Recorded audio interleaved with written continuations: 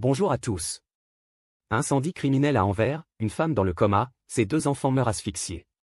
Explication dans cette vidéo. C'est quoi, cette odeur? Alors qu'elle commençait à s'endormir, Vanessa rouvre les yeux. Il y a quelque chose qui brûle, non? Continue son mari. Il est 23h30, ce dimanche 25 juin 2023. La nuit est tombée sur Puer-Saint-Amand, en région flamande, entraînant la petite ville dans la torpeur. Mais l'odeur qui s'infiltre dans la chambre tiendrait éveiller un mort. T'as raison, confirme la quadragénaire en fronçant les narines. D'un même geste, le couple rabat sa couette et bondit du lit conjugal. Pièce après pièce, les 2 époux inspectent la maison. Dans la cuisine? Rien à signaler. Au salon? Rien non plus. À demi rassurée, Vanessa va pour ouvrir la fenêtre quand son cœur saute un battement. Des flammes. Des flammes immenses. La maison située un peu plus loin est un brasier géant. Tremblante d'effroi, Vanessa se rue sur son portable. Un incendie, oui, bégaye-t-elle aux pompiers du Standard. Au numéro 18. Puis elle ajoute, soudain frappée d'horreur. Venez vite. Il y a des enfants dans cette maison. Comment s'appellent-ils, déjà? Sans les connaître vraiment, Vanessa a souvent croisé ces 2 petits sur la remorque de leur maman, qui visiblement les élève seuls. Une petite fille d'à peine 4 ans et un garçon de 7 ou 8. 2 adorables fripouilles aux reflets roux et aux joues rebondies. En quelques minutes, tous les habitants de la rue se rassemblent, effarés, devant la maison en flammes. Que faire? Impuissants face au feu dévorant, chacun scrute les ouvertures de la façade dans l'espoir d'y déceler un mouvement. Le silence est total. Quand soudain, une grosse quinte de tout résonne depuis les tréfonds du brasier. Dans l'encadrement de la porte d'entrée, une silhouette féminine apparaît. Stéphanie, l'appelle-t-on depuis la foule. Mais la mère de famille, le regard vide, n'entend pas. Le temps d'une longue inspiration, la voilà qui repart pliée en 2 dans la fournaise.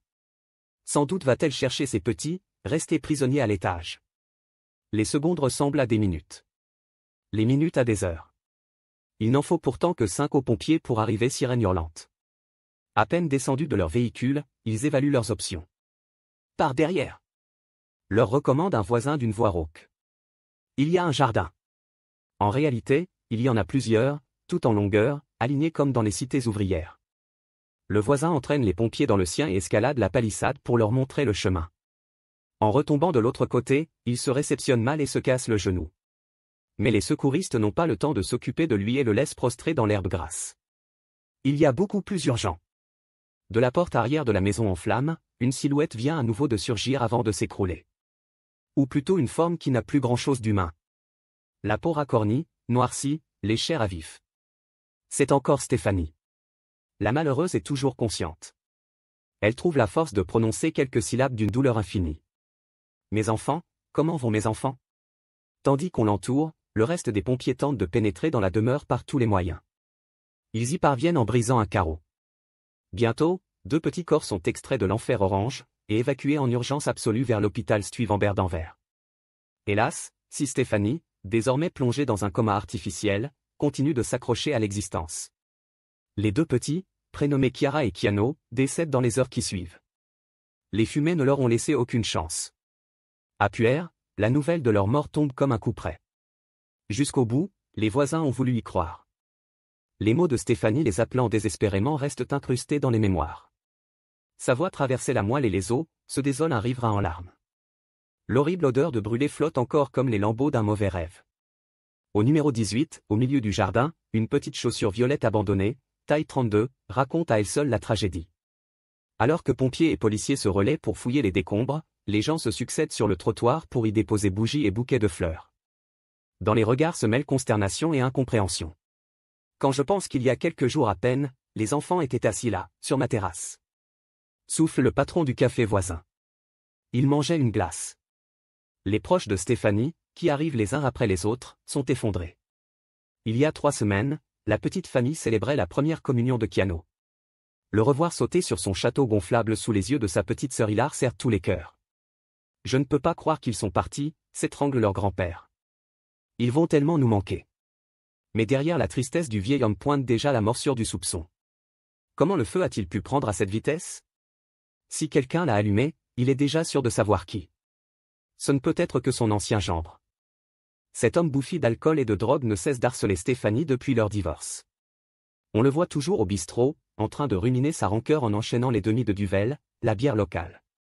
N'avait-il pas menacé de mettre le feu à la chambre? Très vite, l'origine criminelle de l'incendie est démontrée. Plus accablant, la vidéosurveillance révèle que le suspect, un certain Andrew V, est passé en voiture dans le quartier quelques minutes avant le sinistre. Mais l'individu est introuvable. À son domicile, personne. Il n'est pas non plus dans les bars où il traîne d'habitude. On l'intercepte dans l'après-midi en Flandre orientale. Placé en garde à vue, l'homme refuse purement et simplement de s'exprimer.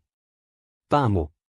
Le vendredi 30 juin au matin, il refuse même de comparaître au palais de justice de Malines, faisant simplement savoir qu'il préfère rester en prison. L'après-midi, il n'aimait pas le souhait d'assister aux funérailles de ses propres enfants. Toujours plongée dans le coma, Stéphanie n'y assiste pas non plus. Ma fille ne sait toujours pas que ses enfants sont morts, rappelle gravement le grand-père au pupitre. Mais son état se stabilise et les médecins espèrent la ranimer d'ici 3 jours. Ce n'est qu'à ce moment-là qu'elle apprendra qu'ils n'ont pas survécu. Toute l'équipe de l'hôpital sera là pour la soutenir, mais ce sera terrible.